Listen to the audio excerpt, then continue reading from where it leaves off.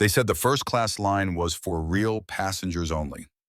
I stood there holding a paid ticket, a black man in sneakers and a hoodie, not a suit and tie.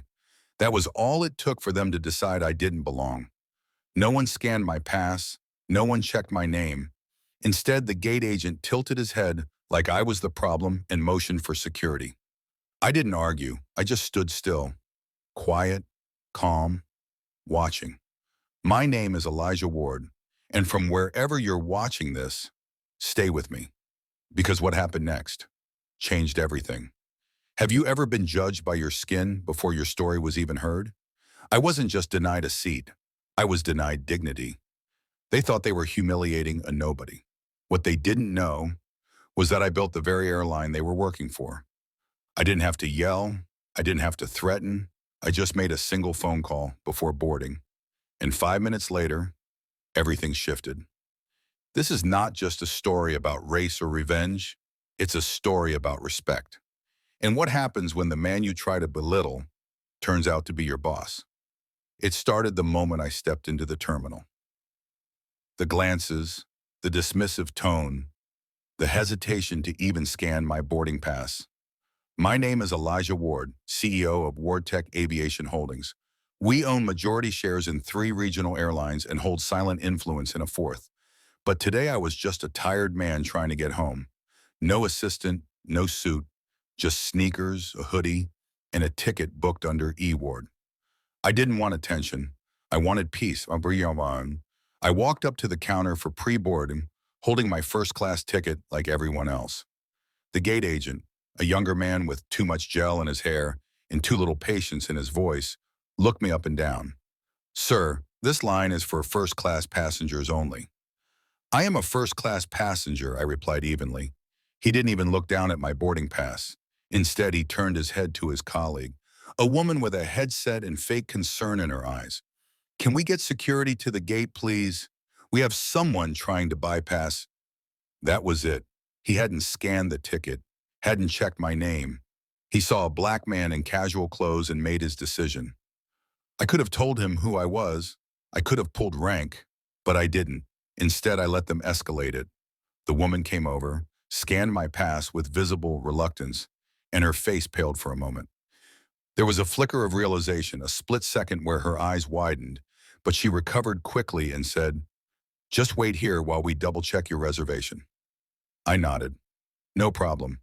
Then, as if to pour salt into the wound, they let 3 other passengers board before me, 2 of them behind me in line. One of them turned around and said quietly, "That was uncomfortable." I saw what happened. "I'm sorry, man."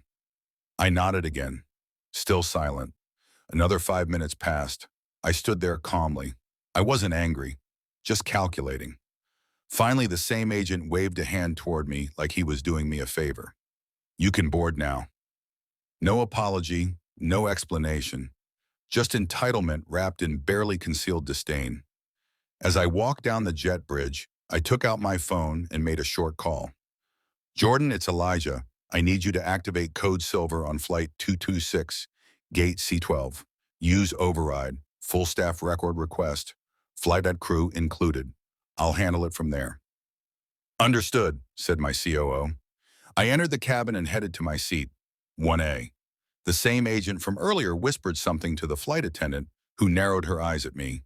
She came over quickly, voice dripping with performative sweetness. "Sir, are you sure you're in the correct seat?" I handed her my ticket. She studied it, frowned, then plastered on a fake smile and said, "Oh, welcome aboard." I didn't respond. I just sat back. 2 rows down, a child peeked over the seat, stared at me, then looked at his mother. Loud enough for the front cabin to hear, he asked, "Mommy, is he allowed to sit here?" His mother hushed him quickly, embarrassed. I closed my eyes, not out of shame, but because I was preparing. The plane was almost done boarding when a soft ding came through the cabin, then the intercom. "Ladies and gentlemen, we apologize for the delay. There will be a slight pause before departure." No one knew what was happening, but I did. 2 minutes later, the same flight attendant was summoned to the front. She returned, pale, lips tight. Behind her came another woman, corporate rep, dressed in a dark pantsuit and moving fast. She approached me directly. Mr. Ward, we sincerely apologize for the treatment you received today. We're handling it now. Would you like to speak to the crew yourself or prefer a report sent? The attendant's jaw dropped. The gate agent, who had just entered the plane to finalize counts, froze. I stood up slowly, adjusted my hoodie, and turned toward them. This is the part where you learn that every passenger is a person, not a profile, not a threat, and certainly not your punching bag. I turned to the attendant. You judge me based on nothing. You question my place here. Now I question yours. The rep nodded grimly. Understood, sir. The crew in question will be removed from this flight. New staff is on standby. We're reassigning them pending a full investigation. She turned around, nodded towards security, and within seconds, both the flight attendant and the gate agent were escorted out. The silence was deafening. Not a single word was said by other passengers, just wide eyes and dropped jaws. 10 minutes later, the new crew arrived. Efficient, professional. The new flight attendant greeted me with a genuine smile. Welcome aboard, Mr. Ward. Thank you for flying with us. As the plane finally taxied for departure, I leaned back in seat 1A and looked out the window. I didn't fire them because I was angry. I fired them because they made flying unsafe for anyone who doesn't fit their narrow lens of belonging. 3 days later, the airline released a statement. We take discrimination seriously. No matter who you are, respect should never require recognition. What they didn't mention, that I was the man behind the policy that made such firings possible in the first place. I'd spent years building inclusion frameworks, quietly restructuring training models, funding hiring equity initiatives, creating whistleblower pathways. But that day, I didn't need a policy. I just needed 5 minutes. One flight and a name.